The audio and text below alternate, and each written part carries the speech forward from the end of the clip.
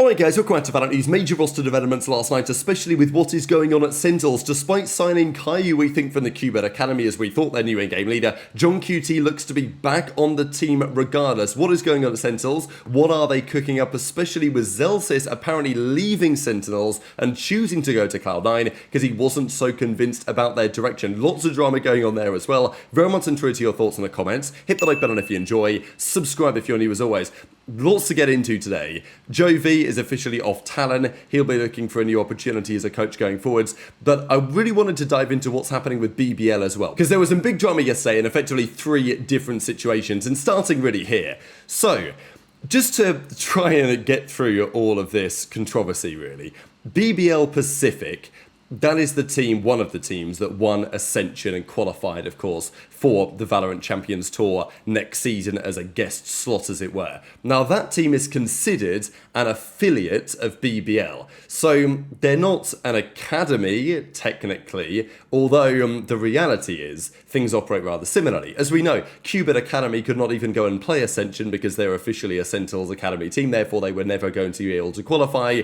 They weren't even allowed to go. But for BBL Pacific as an affiliate team, now it's Pacific Esports, like that's the org, but they're effectively affiliated with BBL.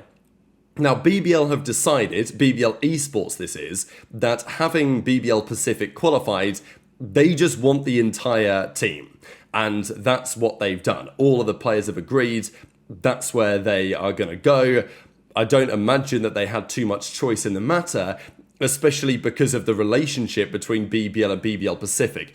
Now, I'm sure that Riot are going to have a look at this to a certain extent. So, BBL Esports, they didn't have a good end to the season. You know, Jampi's gone. They've got rid of their other Turkish guys as well. They're just going to bring in the whole Turkish team that just won Ascension, Crew and Rose, Larok, Lovers Rock, and Lorita. That's going to be the team of 5. Now, and as I say, they're getting rid of these other guys to make that happen. So, how is this possible, right? So, we've got Pacific Esports, that's the team that just won Ascension with BBL. Now, of course, they were never going to be able to be called BBL next year. You can't have 2 BBL teams in one league, BBL Esports, BBL Pacific. So, it was going to become Pacific's spot, I suppose.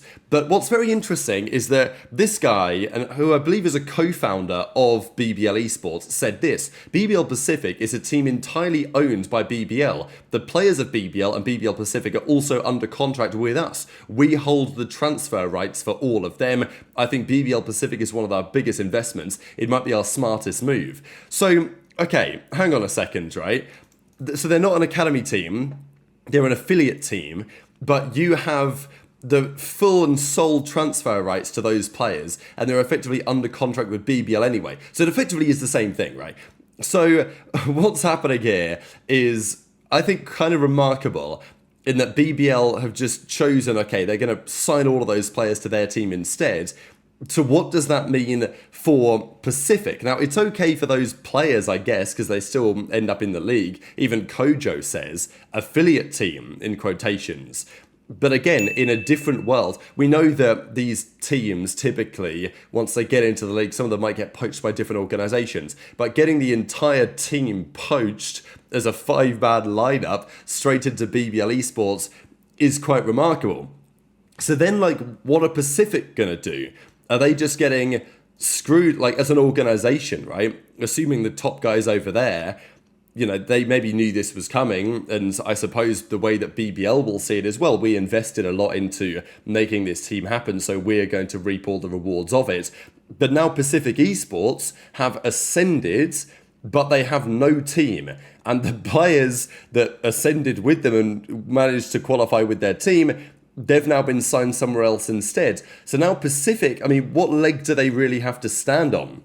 Are they going to sign another team instead and stay as Pacific Esports? Or is it going to go to a different team? Because there's some reporting that the teams that didn't qualify and were seconds, right, to BBL Pacific in the end, they might get signed. There's been some denial of that rumour. Now, there's been some further discussion that no, Pacific will play anyway, and they will just sign a different team. Although, whatever team they sign didn't qualify in the first place. So, it's all an absolute mess, really. Now, of course, Pacific would probably like to just sell their spots, right? Like, okay, we sold our players or we transferred our players. Presumably BBL didn't even pay to transfer them. They were just like, yeah, they're ours now because of the contracts. Fair enough. I mean, probably not fair enough, but apparently that's what could be going on. And then Pacific, they would love to like sell their spots, but Riot aren't going to allow that. I just think Riot need to really have a look at this, right? The idea that they're an affiliate team. Look, maybe BBL have just played the loopholes here perfectly, but it doesn't feel that this is really, giving the best outcome to all the parties. That's the European drama. Let's talk about some of the Americas drama. This is a big deal. So yesterday they confirmed Zellsis is back on Cloud9. They also confirmed that Penny is there as well. That's going to be at least part of their new team.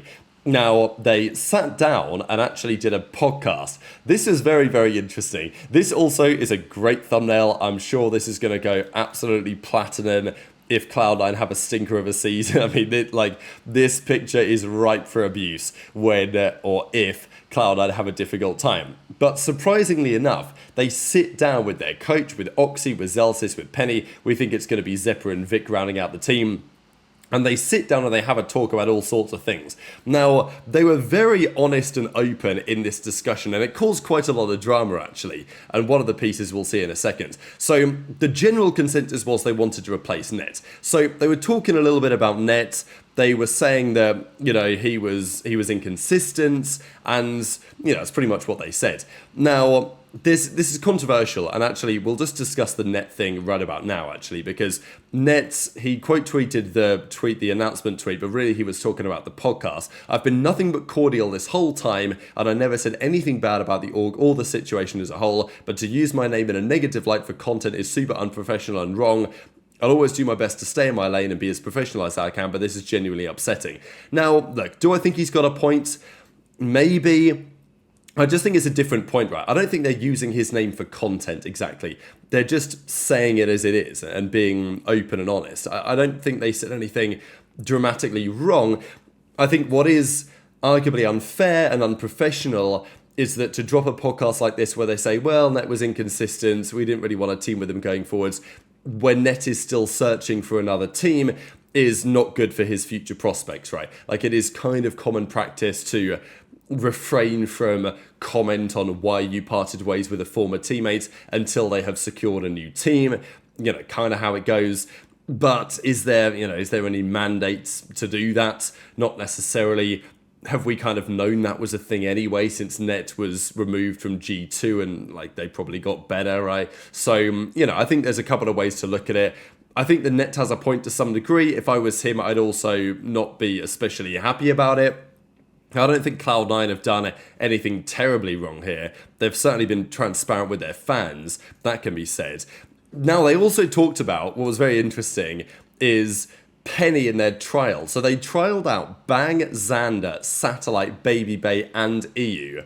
But they tried Penny, and he was just going off. To such a degree, he was bodying Sentinels so bad. Sentinels actually tried to go get Penny instead, but Cloud9 were too hot on the trigger. They then were thinking about Mitch. So they talked about Mitch and said that there was a lot of good in there, but when things got hard, his leadership wasn't great. That was a big reason they wanted Zellsis, is because of his good leadership. And JohnQT, they thought about him instead of Mitch, but that wasn't happening because Zellsis decided to join C9 so he could IGL. So this is the other very interesting point of this. We talked about it the other day. There were some rumours that, okay, why is Zellsis off Sentinels? Because we know that he was trialling with Sen for 2 weeks. The implication was that, well, they've trialled with Zellsis, they're not really happy with how it's going, they've, decided to let him go and he's gone to Cloud9 with his boys. But actually, it seems like the answer is the other way around. That Zellsis was interested to win game lead again. He knew that wasn't going to happen on Sentinels. He wanted to IGL, so Cloud9 was going to be an option if they dropped Mitch for him, but also he wasn't particularly convinced about what Sentinels were doing, about the direction they were taking their roster. So, yeah, very much intrigued to your thoughts on this, right? Because Sentinels, huge organisation, they're going into League of Legends, right? They've got a few different things going on. They've lost TenZ, they've lost Sassy, they've lost Second, right? Pretty much that entire team now that won Madrid is gone. It feels like a very different roster, and look, they'll probably build up and still be solid, but are they going to be winning championships with their team this season? you wouldn't exactly put too much money on it, shall we say. And if Zellsis isn't so convinced they were going the right way to such an extent as to leave an organization as, top tier as Sentinels, that is quite the decision to make. So it definitely puts a bit of pressure on Sentinels to still deliver for the upcoming season. I'm actually really excited, though, to see this Cloud9 team and how Zellsis is going to get on over there, especially with some of the drama. Now, one of the reasons Zellsis might not have been so happy or whatever, or maybe as a result of Zellsis being gone, that is the return of JohnQT. So this, I wouldn't say came out of nowhere, but over the last few days there have been various rumours, various reports. What's going on with John? Where's he going? Is he going to Fnatic? Is he going to the Pacific? Loads of rumours. And he would end up somewhere, but it seems like he's returning to Sentinels for his third season with the team. Now, this was a bit of a surprise because we have seen Caillou tweet out contract signing gif. We know he was the in-game leader for QBet Academy. Makes sense for them to promote him. So what's JohnQT going to do? Is he going to be the in-game leader? Probably not. Is there going to be a major split between in-game leadership and mid-rounding? Possibly. And also, what are the roles going to be? Who's going to be on Senti, Initiator? There's a few interesting things.